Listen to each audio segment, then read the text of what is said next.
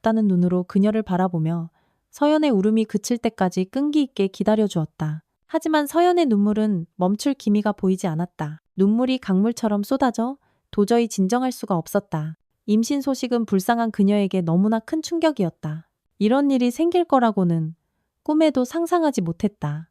물론 최근 들어 몸이 좀 이상하긴 했다. 하지만 그저 과로와 지독한 피로 탓이려니 하고 넘겼을 뿐이다. 몸이 안 좋다고 동네 병원에 찾아갔을 때 내과 의사가 산부인과에 가보라고 했을 때의 그 놀람이란. 산부인가요? 거길 왜요? 서연이 물었다. 저 1년 전에 갔었는데 아무 문제 없었어요. 가보세요. 의사가 대답했다. 나쁠 거 없잖아요. 딱히 아픈 곳은 없어 보이는데 임신일 수도 있어요. 아주 높은 확률로 곧 엄마가 되실 것 같네요. 말도 안 돼요. 서연은 소리쳤다. 분명히 뭔가 착각하신 거예요. 가보시고 나서 제가 착각했는지 아닌지 말씀해 주시죠? 의사는 빙그레 웃었다. 서연은 더 이상 의사와 실랑이 할 기운도 없었다. 그저 임신이 아니기만을 간절히 바랐다. 그래, 그냥 의사가 실수한 걸 거야. 진료 대기실에 앉아 그녀는 속으로 되뇌었다. 하지만 임신이 사실로 확인되자 서연은 말문이 턱 막혔다. 안 돼. 이것만은 안 돼. 몇 분간의 무거운 침묵 끝에 그녀는 겨우 소리쳤다. 선생님, 정말 방법이 없는 건가요? 요즘은 간단하잖아요. 약 2알이면 그냥 끝나는 거 아니에요? 제발요. 네, 맞아요. 의사가 대답했다. 요즘은 임신 중단하는 게 전혀 문제될 게 없죠. 하지만 당신의 경우는 달라요. 주수가 너무 많이 지났어요. 이제는 수술도 안 돼요. 절대 안 됩니다. 서연은 포기하지 않고 의사를 설득하려 했었지만 의사는 코웃음만 쳤다. 제정신이세요? 의사가 말했다. 고작 돈 몇 푼 때문에 저보고 법을 어기고 감옥에 가라고요? 지금 농담하는 거죠? 어떤 의사도 그런 짓은 안 해요. 미친 짓이죠? 그냥 산모 수첩 받으세요. 남들처럼 나으면 아무 일도 없을 거예요. 더군다나 건강도 아주 좋으시고요. 물론 아직 검사들을 더 해봐야 결과를 알겠지만 제가 보기엔 아주 건강해요. 그러니까 이제 그만 우시고 다음 정기 검진 때 일정 맞춰서 오세요. 서연은 분노와 원망의 제정신이 아니었다. 하지만 의사를 향한 분노는 아니었다. 사실 의사가 무슨 죄가 있겠는가? 누가 자신의 어리석은 실수 때문에 법을 어기려 하겠는가? 내가 진짜 바보지. 서연은 속으로 자책했다. 어쩌다 이런 바보 같은 짓을 했을까? 이제 어린애도 아닌데 40을 바라보는 나이에 자기 몸 하나 지킬 머리도 없었다니. 집에 돌아온 그녀는 온통 슬픔에 잠겨 울고 있었고 그 모습은 어머니의 수많은 질문을 자아냈다. 서연과 박 여사는 아주 친한 모녀 사이였다. 두 사람은 지금까지도 함께 살고 있었다. 서연은 이미 다 큰 어른이었지만 엄마 곁을 떠나고 싶지 않았다.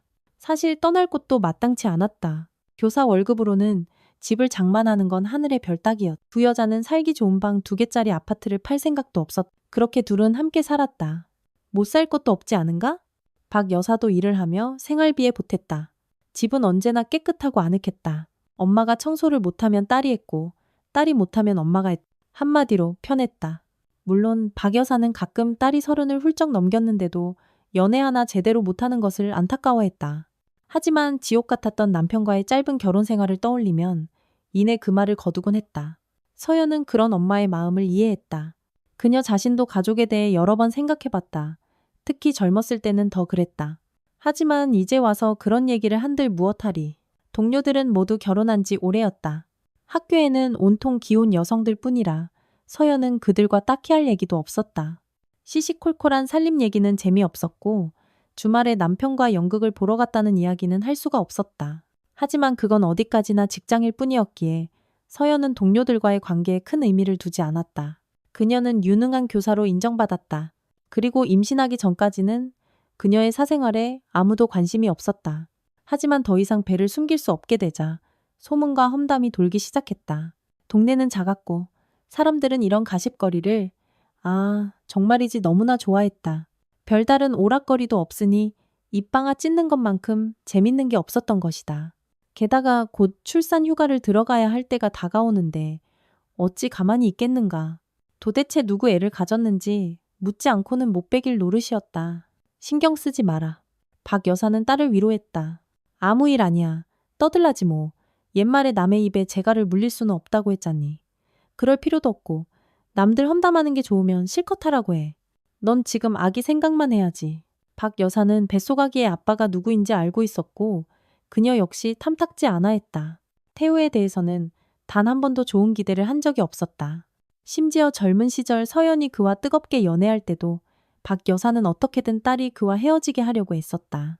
걘 건달이잖아. 어머니는 단호하게 말했다. 건달 여자친구가 어떻게 되는지 아니? 아주 끔찍해. 정말 큰 코 다칠 수 있다고. 나중엔 씻을 수도 없는 오명을 쓰게 될 거야. 그러니 내 말 들어. 걔한테 너한테서 떨어지라고 해. 너랑은 어울리지 않아. 정 연애하고 싶으면 번듯한 남자를 찾아. 그 녀석의 운명은 이미 정해졌어. 자기 친구들이랑 어울려 놀다가 내 말 명심해라. 언젠가 큰일 날 놈이야. 하지만 서연은 그를 사랑했고 엄마 말을 듣지 않았다. 태우는 강하고 의지력 있으며 행동력 있는 남자로 보였다. 그런 남자는 언제나 여자들을 끌어당기는 법이다. 서연의 생각은 틀리지 않았다. 그는 본래 그런 사람이었다. 태우는 홀어머니 밑에서 자랐고 어머니는 아들에게 밥 한 끼 제대로 먹일 돈조차 없었다. 그래서 그는 진정한 남자처럼 16살 때부터 집에 돈을 가져왔다. 처음에는 동네 포장마차에서 일했고 2년 후에는 자기 사업을 시작했다. 넌 어쩔 거야? 졸업장을 받던 날 그가 서연에게 물었다. 대학 갈 거지? 응. 그녀가 대답했다. 여기 사범대학에. 내가 어디 갈 데가 있겠어? 너도 공부 시작하고 그 포장마차 같은 건 접는 게 어때? 그런 건 이제 한물 같잖아. 한두 해만 지나면 다 금지될걸. 그럼 뭐 먹고 살려고? 안 돼. 서연아, 난 그럴 수 없어. 태우가 말했다. 너도 알잖아. 우리 엄마. 몸도 안 좋으시고 좋은 의사 선생님 뵈려면 돈도 많이 들고 약값도 만만치 않을 거야. 난 돈을 벌어야 해. 그리고 나 결혼도 하고 싶어. 정말?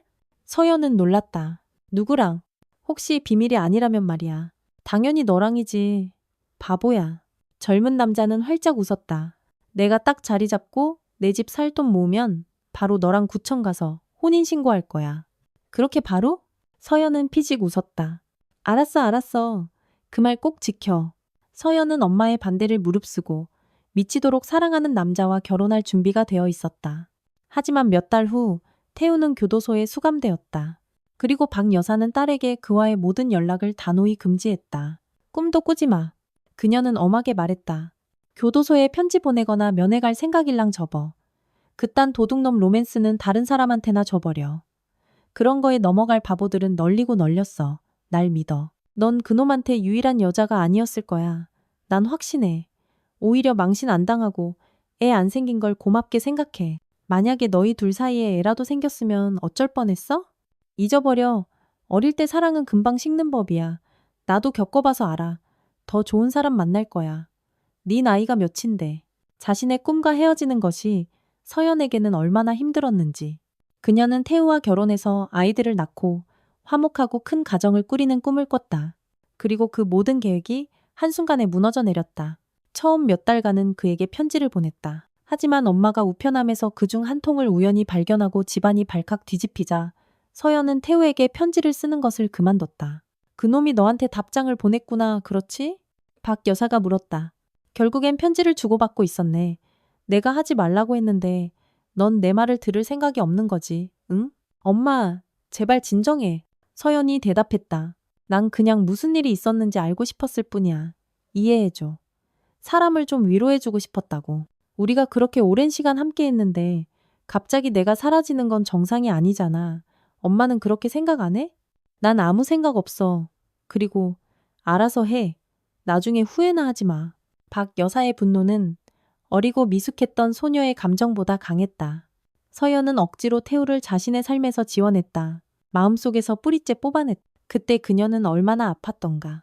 서연은 자신의 운명이 이렇게 될 줄은 상상도 못했다. 무거운 생각과 감정에서 벗어나기 위해 그녀는 공부와 일에 미친 듯이 몰두했다. 그 이후로 태우를 다시는 보지 못했다. 벌써 15년이라는 세월이 흘렀다. 이별 후 첫 몇 년간은 언젠가 길에서 우연히 그를 만나 모든 것을 설명할 수 있으리라는 희미한 희망을 품고 있었다. 하지만 그런 일은 일어나지 않았다. 세월은 흘렀고 그녀는 그 누구도 그만큼 강하게 사랑할 수 없었다.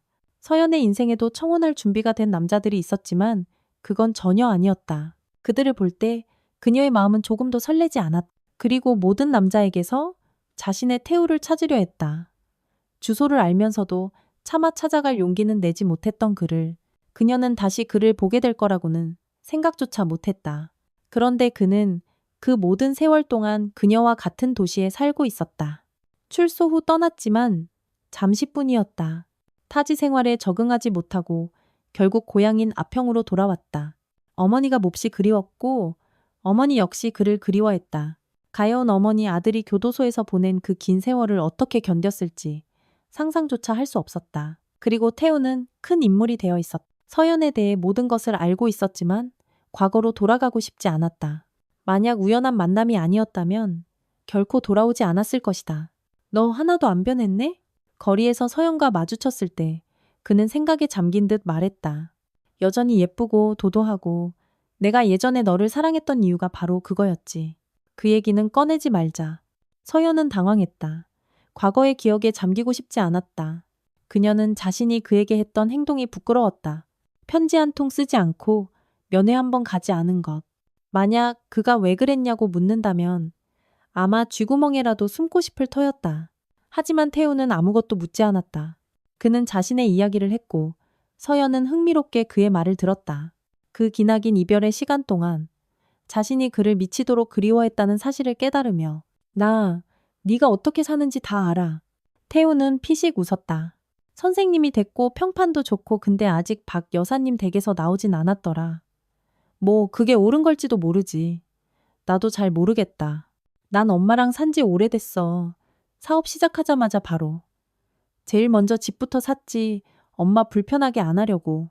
그리고 이틀에 한 번씩은 꼭 찾아가서 장 봐온 거 드리고. 물론 간병인이나 도우미를 쓸 수도 있겠지만 내가 싫어. 엄마도 싫어하시고. 내가 직접 챙겨드리고 있어. 대화는 점점 솔직해졌고 서연은 피하고 싶었지만 그럴 수 없었다. 태우가 자기 집에 가서 아파트를 구경하자고 제안했을 때 그녀는 모든 것이 어떻게 끝날지 알면서도 스스로를 막을 수가 없었다. 대체 왜 그런 짓을 한 거니? 딸에게 모든 이야기를 들은 박 여사가 물었다. 내 인생에 15년이나 없었으면 앞으로도 영원히 나타나지 않는 게 나았어. 근데 이제 그놈은 어디 있니? 찾을 수도 없잖아. 그리고 넌 임신했고 젊었을 땐 하느님이 보호하사 피했는데 나이 들어서 똑같은 실수를 반복하는구나. 넌 정말 인생에서 배우는 게 하나도 없구나 하나도. 엄마의 말은 서연의 가슴에 비수처럼 꽂혔다. 그녀는 다시 그를 믿었는데 그는 어쩌면 젊은 시절에 대한 복수였을까? 자신이 그를 쓸모없는 물건처럼 운명에 내팽개치고 편지 한 통 면회 한 번 오지 않은 것에 대한 복수? 그럴 수도 있지만 그답지는 않았다. 그가 왜 복수를 하겠는가? 그는 충분히 성공하고 자리를 잡은 사람인데 그런 비극을 겪고도 나락으로 떨어지지 않았다. 옛 연인에게 복수하는 건 그의 이야기가 아닐 것이다. 하지만 또 다른 한편으로는 서연의 머릿속 생각들은 꼬리에 꼬리를 물고 이어졌고 날이 갈수록 점점 더 어두워졌다. 그녀는 그에게 전화를 걸었다. 그날 밤 그녀를 집까지 바래다 주면서 그가 신중하게 남겨준 휴대폰 번호로. 하지만 그는 전화를 받지 않거나 통화가 불가능했다. 그래, 그가 데려갔던 그 아파트로 찾아갈 수도 있었다. 하지만 두려웠다. 그가 다른 여자와 함께 있는 것을 마주칠까봐 끔찍하게 두려웠다. 그녀의 방문은 너무나 어리석고 우스꽝스러워서 그녀 자신도 그런 경솔한 행동을 결코 용서하지 못할 터였다. 앞으로 어떻게 살 거니? 어머니는 묻기만 했다. 결정은 했어. 아직 안 했어? 물론 내가 애는 같이 봐줄게. 하지만 너도 알아야 해. 나도 일하고 있고 아직 은퇴할 생각은 없어. 아직 일러? 난 그렇게 늙고 힘없지 않아. 그리고 돈도 필요하고. 애 하나 키우는데 돈이 얼마나 드는지 넌 상상도 못할 거야. 넌 애를 낳아본 적이 없으니까. 고맙네요. 상기시켜줘서. 서연은 속으로 생각했다. 내가 애를 낳아본 적 없다는 걸 모를까봐 그러시나. 그녀는 지독하게 화가 났고 자기 자신과 주변 모든 사람이 미웠다. 만약 조금만 더 일찍 알았더라면 절대로 이 아이를 낳지 않았을 것이다. 자신에게는 이 아이를 키울 곳도 능력도 없었다. 그녀도 그녀의 아들도 아무에게도 필요하지 않았다. 그렇게 몇 달이 마치 하루처럼 휙 지나갔다.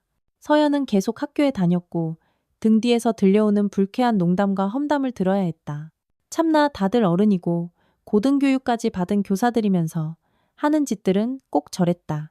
아마도 남의 부른 배를 보고 비웃는 것은 사람들의 본성인 모양이다. 똑똑하든 멍청하든 교육을 받았든 못 받았든 상관없이 남의 불행을 조롱할 기회가 생기면 그들은 눈 하나 깜짝하지 않고 반드시 그 기회를 이용할 것이다. 서연은 더 이상 인생에서 좋은 것을 기대하지 않았다. 그녀가 상상했던 모성의 행복은 이런 것이 아니었다. 혼자서 남편도 없이 아무런 지원도 없이 아들을 키우는 것은 정말 힘들 것이다. 그녀는 아들이라는 것을 이미 알고 있었지만 이름조차 짓지 못했다. 아무것도 떠오르지 않았다. 진우는 어때? 박 여사가 물었다. 좋은 이름이네. 참나. 서연은 콧방귀를 뀌었다. 평생 얼굴 한번 못 본 아빠 이름을 따서? 뭐 어릴 때 식탁 밑으로 기어다닐 때 본 적은 있다지만 기억도 안 나는데. 엄마, 아무래도 우리 운명이 이런가 봐. 애비 없는 자식 낳는 운명. 에이, 그만해라. 박 여사는 최대한 딸을 격려했. 무슨 운명 타령이야. 말도 안 되는 소리. 그건 다 옛날 얘기지.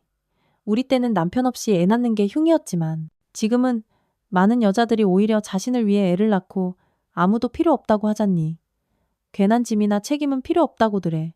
세대가 그런 거지. 어쩌면 그들이 맞을지도 모르고. 모르겠다. 너무 마음에 담아두지 마. 이왕 이렇게 된 거 어쩔 수 없잖아. 박 여사는 마음을 가라앉히고 딸에게 임신에 대해 잔소리하는 것을 멈췄다. 어느 정도는 손주가 생긴다는 사실에 기쁘기도 했다. 언제 또 할머니가 될 기회가 있겠는가? 서연이는 결혼도 안 했고 앞으로도 누군가와 인연을 맺을지 알 수 없는 노릇이었다. 그런데 이렇게 손주가 핏줄이 생겼으니 비록 아비 없는 자식이지만 자신에게는 친손주였다. 하지만 서연은 아무것도 믿지 않았다. 그녀의 마음속에는 커다란 상처가 남았다. 모든 것이 이렇게 될 줄은 꿈에도 몰랐다. 미쳤지 내가 옛 감정에 이끌려서. 그녀는 쓰라리게 속으로 생각했다. 정말 바보 같아. 그녀는 꼬리에 꼬리를 무는 무거운 생각들로 다시 돌아갔다. 아무리 벗어나려 해도 그 생각들에서 헤어나올 수가 없었다. 여자는 태우를 떠올리며 그가 했던 말들을 머릿속에서 되감아 보았다. 모두 거짓말이었다. 뻥쟁이. 그녀는 분노에 차 생각했다. 내가 제때 알았더라면 이 아이를 절대로 낳지 않았을 거야. 절대로. 그리고 출산일은 가차없이 다가왔다. 너 이제 곧 낳겠네. 박 여사는 딸을 보며 말했다. 딸은 벌써 한 달째 집에만 있었고 겨우겨우 발을 옮기고 있었다. 다행히 학교에서는 그녀의 사정을 봐주었다. 등 뒤에서 얼마나 많은 조롱과 비웃음을 들어야 했지만 출산 휴가는 예정보다 일찍 받을 수 있었다. 무슨 사기업 같은 데서 일했으면 막달까지 출근했을 거야. 박 여사가 말했다. 아니면 사무실에서 바로 애 낳으러 갔겠지. 출산 휴가비도 못 받고 잘리지나 않으면 다행이고. 서연은 엄마 말이 맞다는 것을 알았다. 출산 휴가 중에 굶어 죽지 않을 것이고 자리도 보장된다는 것에 감사해야 했다. 그냥 해고할 수는 없으니까. 하지만 이 모든 것이 너무나 현실적이고 평범해서 여자는 이것을 특별한 일로 받아들일 수가 없었다. 그녀의 생각은 일상의 문제들과는 거리가 멀었다. 그녀는 아기의 미래를 생각하며 도저히 마음을 진정시킬 수 없었다. 미안해 아가야. 그녀는 배를 쓰다듬으며 속삭였다. 갑자기 그녀는 이 무방비한 작은 생명에게 너무나 미안한 마음이 들었다. 이제 아기가 활발하게 발로 차고 점점 더 자신의 존재를 알리는 지금. 서연은 자신이 이 아기를 지우려 했다는 사실을 평생 용서하지 못할 것임을 깨달았다. 네가 이 사실을 영원히 모르길 바라. 그녀는 계속 배에 대고 속삭였다. 그렇지 않으면 너도 날 용서하지 못할 테니까. 그녀의 생각과 독백은 갑작스러운 초인종 소리에 끊겼다. 제가 열게요. 서연이 방에서 뛰쳐나가며 소리쳤다. 내가 할게. 박 여사가 달려오며 말했다. 너 배도 부른데. 그게 뭐 어때서요? 여자가 물었다. 임신은 병이 아니에요. 그 순간 그녀는 왜 현관문에 외시경을 달지 않았는지 후회했다. 만약 계단에 누가 서 있는지 봤더라면 이렇게까지 놀라지는 않았을 것이다. 당신. 서연은 겨우 눈물을 참으며 속삭였다. 여기서 뭐 하는 거야? 그 순간 그녀는 그의 멱살을 잡고 마구 흔들고 싶었지만 대신 히스테리를 부리며 그의 가슴을 주먹으로 치기 시작했다. 어리둥절한 남자는 서연의 두 팔을 붙잡아 꽉 껴안은 채로 방으로 들어섰다. 우리 얘기 좀 해야 해. 그는 놀란 박 여사에게 저쪽에서 문을 닫고 둘만 있게 해달라는 눈치를 주며 말했다. 무슨 일 있으면 부를게요. 그때쯤 정신을 차리고 얼굴에 마른 눈물 자국까지 닦아낸 서연이 대화에 끼어들었다. 박 여사는 자기 방으로 들어가는 수밖에 없었다. 눈앞에 벌어진 모든 상황은 딸만큼이나 그녀에게도 충격적이었다. 그가 문 앞에 나타나다니 믿을 수가 없었다. 도대체 무슨 생각으로 여기까지 올 수 있었을까? 그녀는 속으로 분개했다. 왔다 갔다 제멋대로네. 그런데 우리 서연이는 아직도 저놈 때문에 눈물을 흘리고 있고 바보같이 굴더니 끝까지 바보네. 이제 저놈이 또 입에 발린 소리로 구슬리면 또 어디론가 사라져버리겠지. 틀림없이 그렇게 될 거야. 하지만 태우의 생각은 전혀 달랐다. 그는 서연의 부른 배를 보자마자 그녀가 자신의 아이를 품고 있다는 것을 바로 알았다. 설령 그녀가 아기를 기다리고 있지 않았더라도 그는 사랑하는 여자를 운명에 내버려둘 생각이 없었다. 이렇게 몇 년 만에 다시 만난 것은 운명이었다. 둘은 함께해야 한다는 신호. 그리고 그녀 없이 보낸 그 모든 긴 세월은 완전히 어리석고 공허했다. 그의 삶에는 의미가 없었다. 그리고 이제야 삶은 의미를 찾아가기 시작했다. 그는 사랑하는 여자 곁에 있을 기회를 놓칠 수 없었다. 더군다나 곧 두 사람의 아들이 세상에 나올 텐데. 왜 왔어? 서연이 책망하듯 물었다. 어디 있었어? 왜 전화는 안 받았는데? 내가 전화했어. 계속 전화했는데 너한테선 아무런 답이 없었어. 근데 이제 와서 이렇게 뻔뻔하게 불쑥 찾아와서 내 앞에 앉아서 활짝 웃고 있네. 이걸 내가 어떻게 받아들여야 해? 태우는 자신을 향해 화를 내는 서연을 보는 것이 정말로 우스웠다. 그녀는 그가 어디 있었는지 상상조차 하지 못하고 있었다. 사실 남자는 그들이 우연히 만났을 때 이미 모든 것을 결심했다. 그는 그녀와 함께하기로 결정했고 서프라이즈를 해주고 싶었다. 놀라게 하고 감동시키고 기쁘게 해주고 싶었다. 자신이 할 수 있는 모든 것, 자신이 감당할 수 있는 모든 것을 해주고 싶었다. 하지만 결과적으로 그는 사랑하는 여자를 슬프게 하고 마음 깊이 상처를 주었다. 다른 도시에 다녀왔어. 그가 대답했다. 거기서 우리를 위해 큰 집을 지었어. 언제든 이사할 수 있도록. 너한테 말은 안 했지만 난 오래전부터 두 도시를 오가며 살았어. 사업 때문에. 근데 난 여기보다 그 옆 도시가 훨씬 더 좋아. 이미 나에겐 고향처럼 느껴져. 물론 이 도시도 미치도록 사랑해. 여기서 태어나고 자랐고 우리 엄마가 사시고 내가 정기적으로 찾아뵙는 곳이니까. 하지만 우리 가족은 도시의 빽빽한 아파트 숲이 아니라 큰 집에서 살았으면 좋겠어. 옆 도시가 땅 고르기도 훨씬 선택지가 많았고 위치적으로도 거기가 더 좋아. 문제될 게 하나도 없어. 나 차 있잖아. 너한테도 차 사줄게. 운전기사도 붙여주고 가사 도우미랑 보모도 다 널 도와줄 거야. 여기는 계속 와서 너희 엄마도 뵙고 그래서 몇 달 동안 다른 도시에 있었다고? 서연은 계속 캐물었다. 집을 지었다? 이거네? 그래서? 전화 한 통해서 알려줄 생각은 못했어? 내가 버려진 기분으로 혼자 있지 않도록? 아니, 그게 다 금방 되는 게 아니잖아. 태우는 변명했다. 인부들 구하고 자재 사들이고 모든 걸 다 관리해야 하잖아. 서연아, 너도 어린애 아니니까 이해해야지. 갑자기 서연은 아랫배에 날카로운 통증을 느꼈지만 애써 무시하려 했다. 왜? 무슨 일이야? 태우가 걱정스럽게 소리쳤다. 빨리 구급차 불러야 해. 아니, 필요 없어. 서연이 대답했다. 괜찮아질 거야. 우리 아직 얘기 안 끝났잖아. 하지만 통증은 사라지지 않고 점점 더 심해졌고 몇 분 후 아파트 문 앞에는 구급대원이 서 있었다. 서연의 진통이 시작된 것이다. 이게 다 너 때문이야. 박 여사가 중얼거렸다. 애가 스트레스 받아서 이 꼴이 났잖아. 의사와 간호사들은 서로 속삭이며 남자를 곁눈질했다. 저 사람이잖아. 간호사가 중얼거렸다. 세상에, 아기한테 무슨 일이라도 생기면 우릴 땅에 묻어버릴 거야. 태우는 그 도시에서 꽤 유명한 인물이었다. 많은 사람들이 그의 얼굴을 알았다. 이런 규모의 사업가가 눈에 띄지 않을 리 없었다. 자, 아버님, 축하드립니다. 몇 시간 후 수술실에서 나온 의사가 말했다. 아드님이 태어났습니다. 예정보다 조금 이르긴 했지만 아기는 아주 건강하고 튼튼합니다.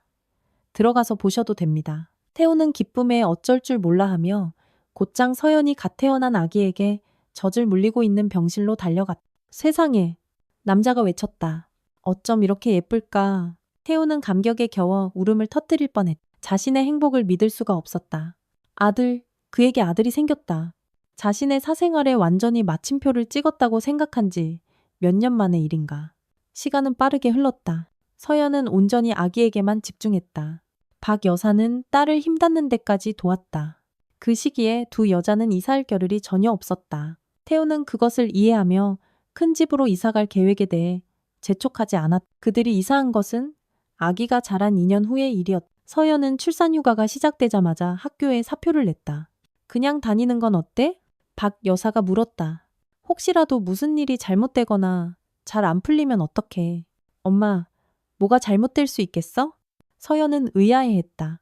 나 이제 사랑하는 남편도 있고 큰 집도 있고 가족도 있는데 더 이상 일할 생각도 없는데 왜 돈을 받아? 그것도 그러네. 박 여사는 동의했다. 알았어. 네가 알아서 해. 서연의 걱정은 기우였다. 아들은 성격이 아빠를 닮긴 했지만 그래도 둘은 매우 다른 사람이었다. 그리고 태우는 이미 오래전에 과거의 삶과 영원히 손을 끊었다. 어느 날 마음을 터놓고 대화하던 중 남편은 아내에게 친구에게 어떻게 배신당했는지 털어놓았다. 그놈이 날 함정에 빠뜨렸어. 내가 감옥에 갈 줄 알면서도. 남자가 말했다. 알면서도 일부러 그렇게 꾸민 거야. 서연은 어색함을 느꼈. 미안해. 그녀가 속삭였다. 한 번도 찾아가지 않은 거, 편지 안 쓴 거, 미안해. 됐어. 태우는 손을 저었다. 그는 서연에게 단 한 번도 원망을 품은 적이 없었다. 지난 일은 지난 일이고 오래전에 다 지나갔다. 그리고 앞으로는 그들이 그토록 오랜 세월 기다려온 행복한 가족의 미래가 기다리고 있었다. 그들 자신조차 그 모든 세월 동안 서로를 미치도록 그리워했고 아무리 애써도 서로를 잊지 못했다는 사실을 인정하기 두려워했을 뿐이었다.